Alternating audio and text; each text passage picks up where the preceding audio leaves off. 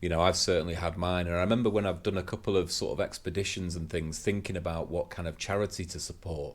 And there's a great one out there called Young Minds. And what I thought was great about those guys was they kind of use their funding and, you know, the way that people supply money to them to invest into teachers and invest into parents, ways in which to spot mental health issues in kids, to kind of like get them at the root level. And you being a teacher, do you ever come across None, kids? mate. We don't get any training. That's whatsoever. weird, isn't it? Yeah. So you don't get any training to say, this is what attention deficit looks like. This is what dyslexia looks like. Very little. Right. I think.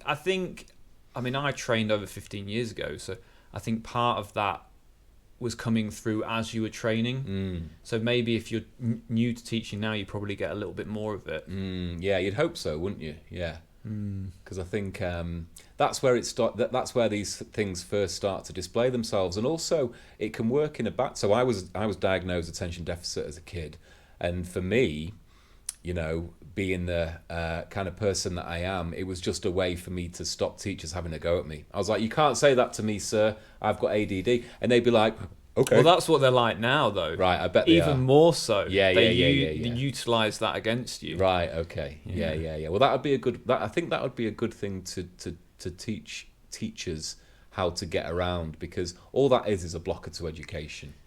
I don't know. We actually have done quite a lot recently on, you know, like avoiding those behaviours and shutting conversations down, and like not even engaging in them. Yeah. Which is something that's quite new. So how do you do that? Just shut down.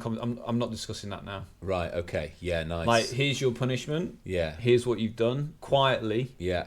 Like when I was at school, it was like, "What are you doing?" Yeah. Matthew. Sunday name. Matthew. Outside now. Yeah. Whereas now, it's just. It's a bit more softly. Right. It's almost a little bit woke though. Yeah. It's a little bit like softly. So yeah. I know you think that behaviour might be okay in classroom. However, it's not okay. I'm not happy with it, and I'm going to speak to you at the end of the lesson about it, and I'm going to put you on a warning. I wonder what's a better way to do it. It's difficult to know, isn't it? Because, and then if they're like, you're like, nope. Yeah. I'm not discussing this now. Right. And to be fair, it does work, because you can get pulled into it. Yeah, of course you can. You can get pulled into an argument. Yeah. But I don't know. The behaviour at school is, I think, far worse now after COVID. I think it's the answering back and rudeness, right, as opposed to like physical behaviours. Okay. Because when I was at school, it was like set a stink bomb off in lesson. You know, whereas now it's just abuse, swearing and abuse. Do you ever get any sort of like altercations, like not teacher kid altercations, but do the kids kick off with each other in class, anything like that? I think I've had probably 2 fights in a classroom since I've been teaching. Which it literally my first year, and literally a few weeks before I had my wrist surgery. Yeah. So and that was a really rough group of lads that we had. Obviously, design and technology, construction, you do get those groups. Yeah. Or the more kind of vibrant groups. And yeah, just 2 lads went at each other big time. That's crazy.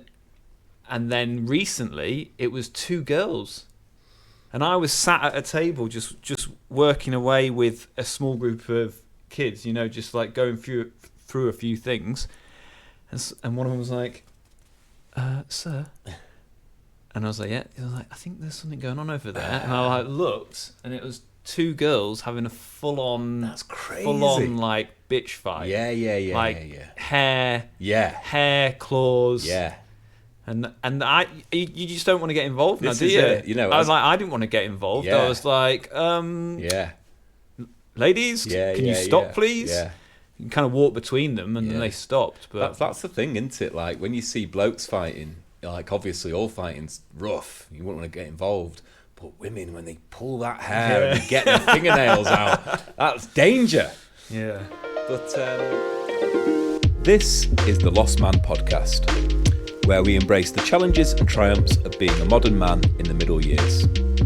Join us as we explore the rugged path of growing older, wiser and bolder in a world that's constantly changing. I'm your host, John. And I'm Matt. And together we'll navigate this uncharted territory with grit, humour and a whole lot of heart.